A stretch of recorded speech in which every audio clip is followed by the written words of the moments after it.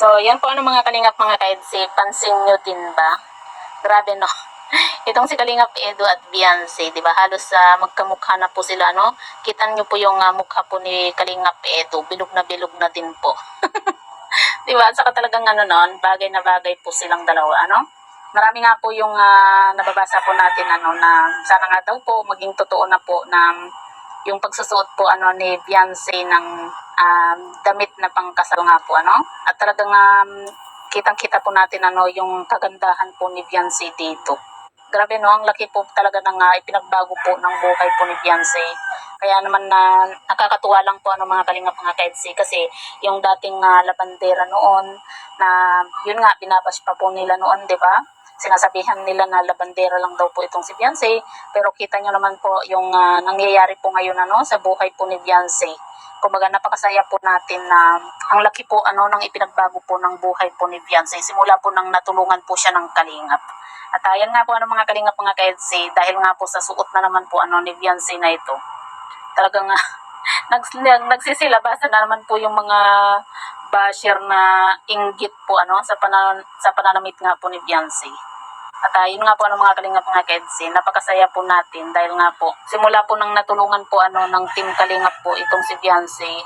Talagang kung babalikan po natin ano yung interview nga po ni Kalingap Rob noon dito kay Beyonce, talagang nakakaiyak po ano yung kwento po ng buhay po nila, 'di ba? Yung simpleng kahilingan lang po noon ni Beyonce na mailipat sila, magkaroon po sila ng kahit magkaroon po sila ng kahit kubo-kubo lang po na bahay, basta ang mahalaga po sa kanila ay yung makalipat. Pero grabe no, sobra-sobra po yung ibinigay sa kanya na blessing. 'Di ba? Kita niyo naman po, 'di ba? Yung bahay pa lang po, malamansyon na.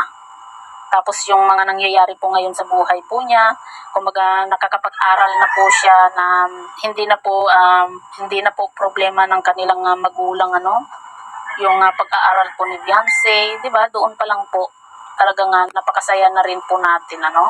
At napakaswerte po ni Beyonce dahil biglang nabago po ano yung buhay po ni Beyonce.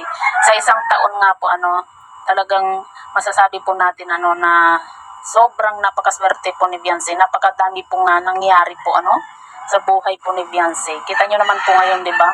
Yung narating po ni Beyonce ngayon. Yung dating simpleng bata, ngayon mala prinsesa na. At saka kung ihahambing po natin ano yung buhay po ni Beyonce, parang Cinderella lang po ano. Kaya sa mga nambabash po ano dito kay Beyonce, i-bash nyo man po ng i-bash po itong si Beyonce, mas lalo naman po siyang inaangat. Kita nyo naman po kung saan po ngayon itong si Beyonce nga po ano. Samantalang yung mga nangbabash, 'di ba? Samantalang yung mga nangbabash, baka mas mahirap pa po ano yung mga to kay Beyonce. Kasi sinasabi nga po nila na galing lang daw po sa hirap nga po ano itong si Beyonce. So what naman, 'di ba? Kung galing po sa hirap itong si Beyonce, at least masaya po tayo na malaki na po yung nabago po sa buhay po ni Beyonce. At ayan nga po ano mga kalingap mga kaedsi, nakakatuwa lang po ano kasi nga po napakaganda pong tingnan ano itong si Kalingap Edo at Beyonce nga po sa suot po nila. Talagang bagay na bagay po sila no. At saka tingnan niyo pong mabuti.